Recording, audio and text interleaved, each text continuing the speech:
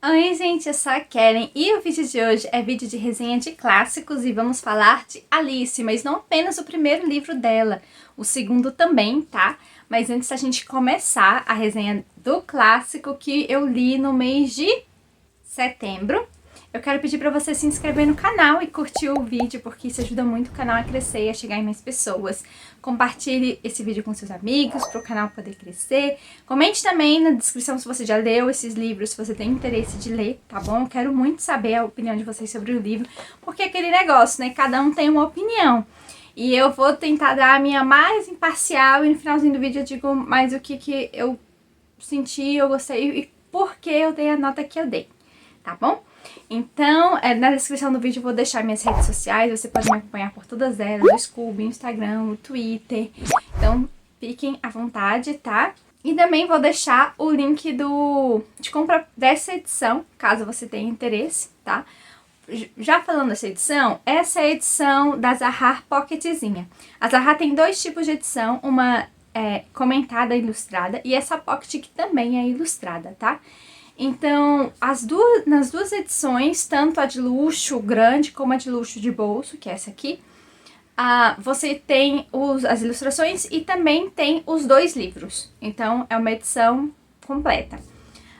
Eu quero falar um pouquinho sobre esse escritor, o Lewis Carroll.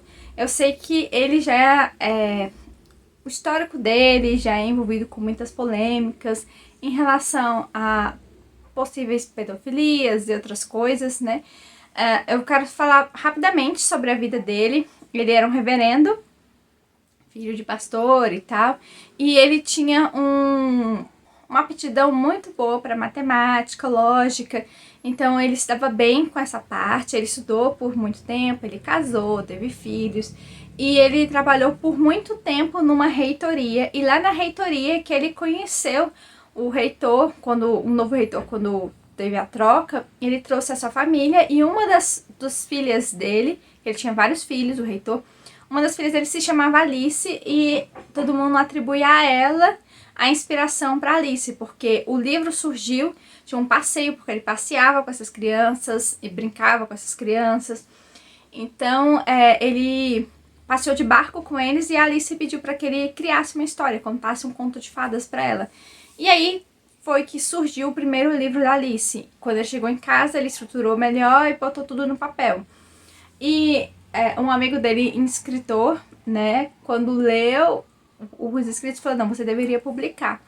E assim, a escrita da Alice ela é muito valorizada e muito respeitada dentro do meio, né, acadêmico e da literatura, porque ele marca um ponto onde as literaturas infantis começam a dar um tom real, sabe? Não é como uma criança que fosse adulta, mas é uma criança que age como criança, que pensa como criança, que tem incertezas, como crianças também têm incertezas.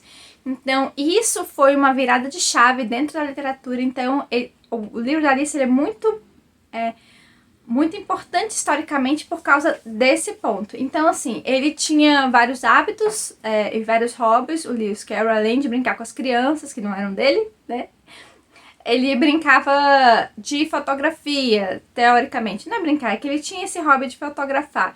Então ele começou a fotografar várias coisas, inclusive as crianças. E isso é um ponto que virou polêmica, por isso que anos depois ficaram questionando se ele era ou não era pedófilo. Então isso não há certeza sobre isso, tá?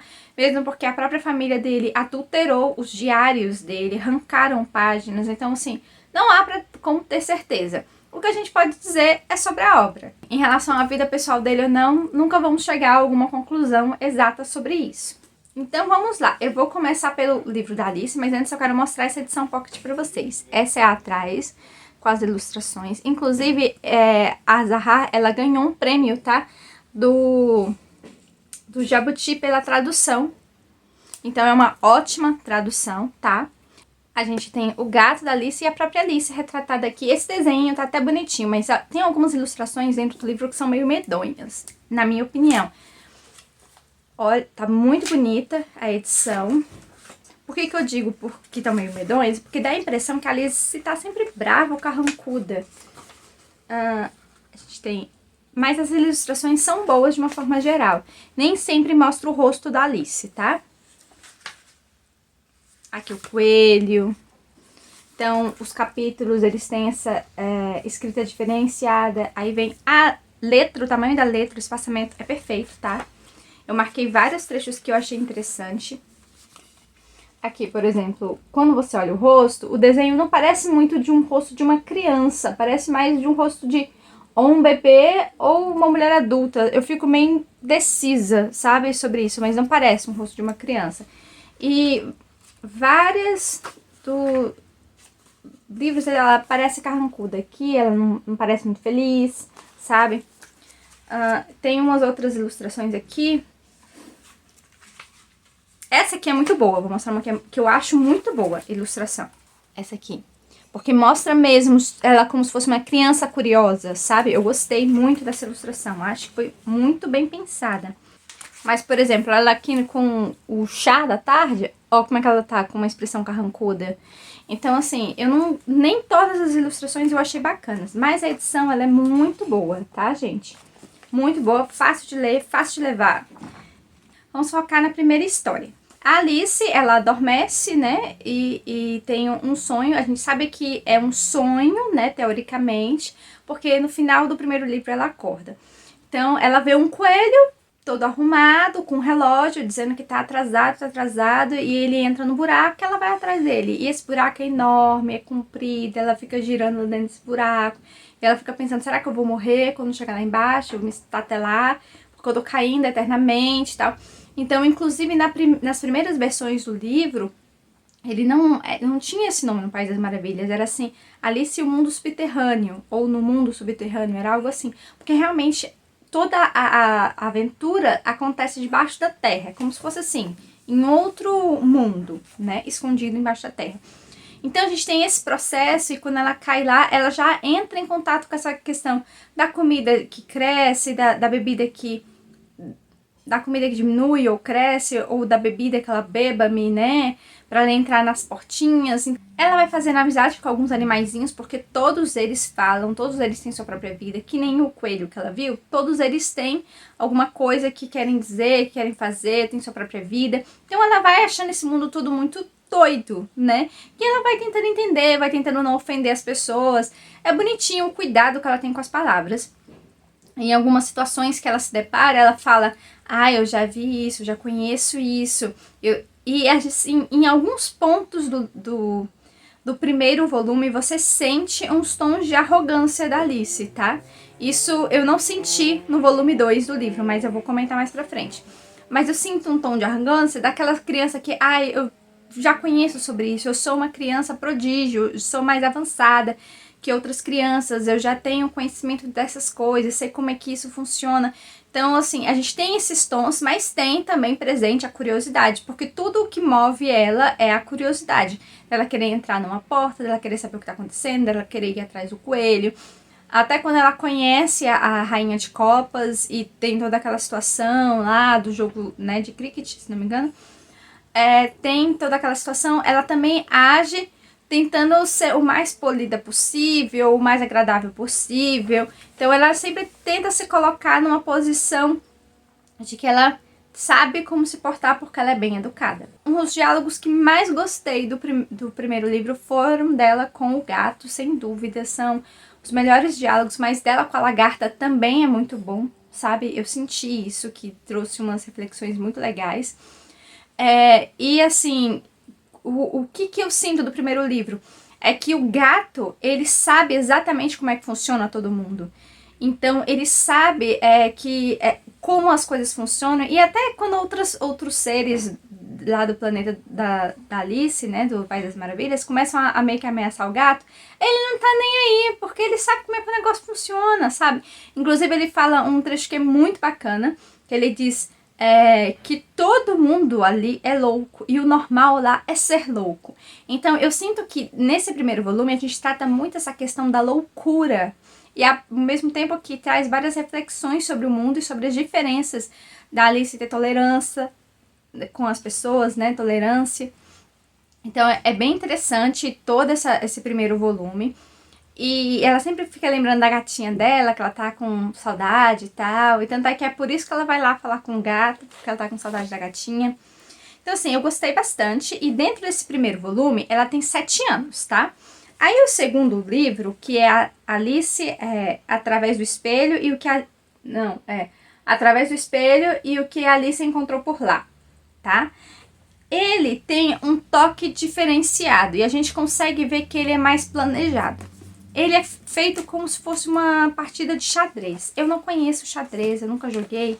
No máximo eu joguei damas. Então, pra mim foi um pouco estranho, tá? Eu acho que quem já jogou xadrez, vai achar mais interessante do que eu achei a forma, né? Inclusive, no índice, os capítulos, eles meio que são assim, os movimentos de xadrez. E como é que começa? A Alice, ela atravessa um espelho depois de estar brincando com as gatinhas dela. A Dinah deu cria e ela tem 2 gatinhas. Um branquinho que se chama Snowdrop e uma pretinha que se chama Kitty. E ela tá sempre brincando com a Kitty, porque a Kitty já tomou banho, né? E o Snowdrop tá lá tomando. E aí ela tá... Sempre, sabe aquela brincadeira que a gente faz com os animaizinhos? Que a gente bota voz nos animaizinhos? É o que ela faz. E a Alice já se passaram 5 meses, mais ou menos, da outra aventura. Ela tem 7 anos e meio nessa segunda aventura. E ela tá brincando com a Kitty, aí ela resolve andar pela casa, aí eles acham um espelho, e aí ela fica pensando sobre o mundo invertido. Não é Stranger Things, tá? Do tipo, o invertido do espelho, sabe? Como é que será lá dentro? Porque as coisas são invertidas, né? O posicionamento, será que eu iria gostar? Aí, no fim das contas, ela acaba atravessando o espelho e aí rola toda a aventura. Depois que ela atravessa o espelho, ela encontra com o jogo de tabuleiro, que tem as peças que estão se mexendo, a rainha branca, a rainha vermelha, e tem os peões, e ela tenta não atrapalhar muito o tabuleiro, né? Depois ela sai da casa e ela vê que tem muita coisa diferente, o jardim é diferente, as coisas são diferentes, sabe? E aí ela começa até a conversar com as flores e ela percebe que os caminhos funcionam diferente. É tudo ao contrário. Então, se a palavra-chave do primeiro livro é loucura, a palavra-chave do segundo é invertido. Tudo é ao contrário. Então, se ela quiser chegar até um determinado ponto, ela tem que andar ao contrário, porque ela vai chegar rapidamente. Se ela quiser correr deliberadamente, ela vai ser jogada para trás. Então, isso funciona de diversas formas dentro do livro. O Lewis brinca realmente com esse conceito de ao contrário, muitas e muitas vezes no livro. E aí, no fim das contas, ela acaba conhecendo a Rainha Vermelha e ela pede para participar do jogo, que ela quer participar. Então, ela começa como um peão da Rainha Branca. E o objetivo dela é percorrer as casas, percorrer todo o tabuleiro até chegar ao final e se tornar uma rainha. Então, ela conhece muita gente nesse caminho, sabe? Muita gente, é muito interessante.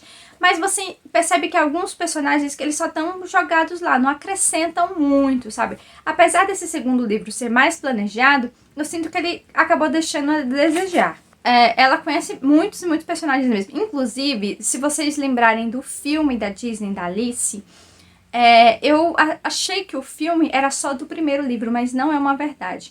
Porque o filme, ele é uma mistura dos 2 livros.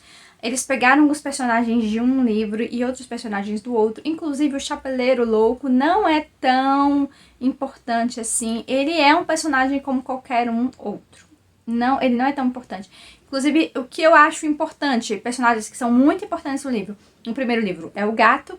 E no segundo livro, não aparecem os personagens do primeiro. No segundo livro, eu creio que seja a própria Rainha Vermelha, que ela acaba sendo uma personificação da Rainha de Copas.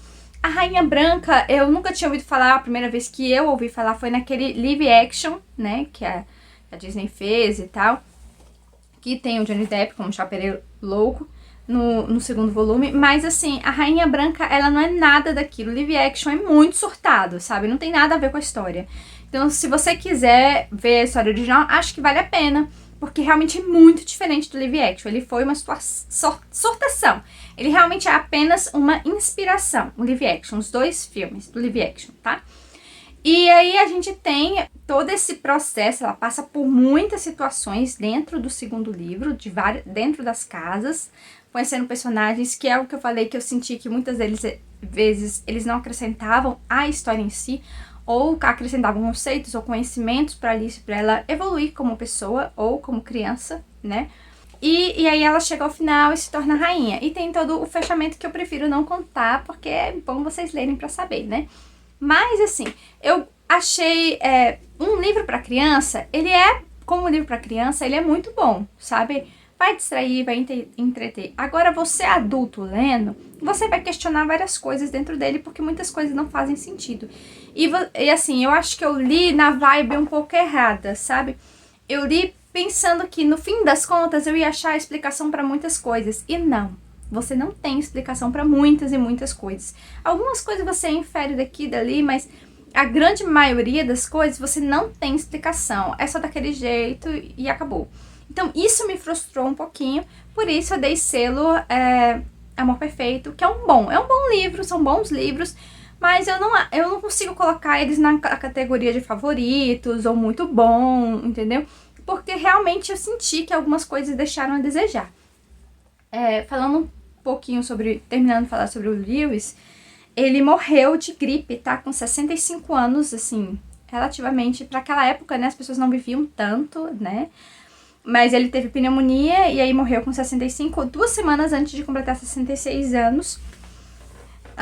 Assim, o artista famoso que leu o esboço do primeiro livro e falou para ele publicar é o George MacDonald, que inclusive a gente já leu o livro dele aqui no canal, A Princesa e o Goblin, é escrito por ele, sabe? E é um livro maravilhoso. Nossa, maravilhoso esse livro, gente.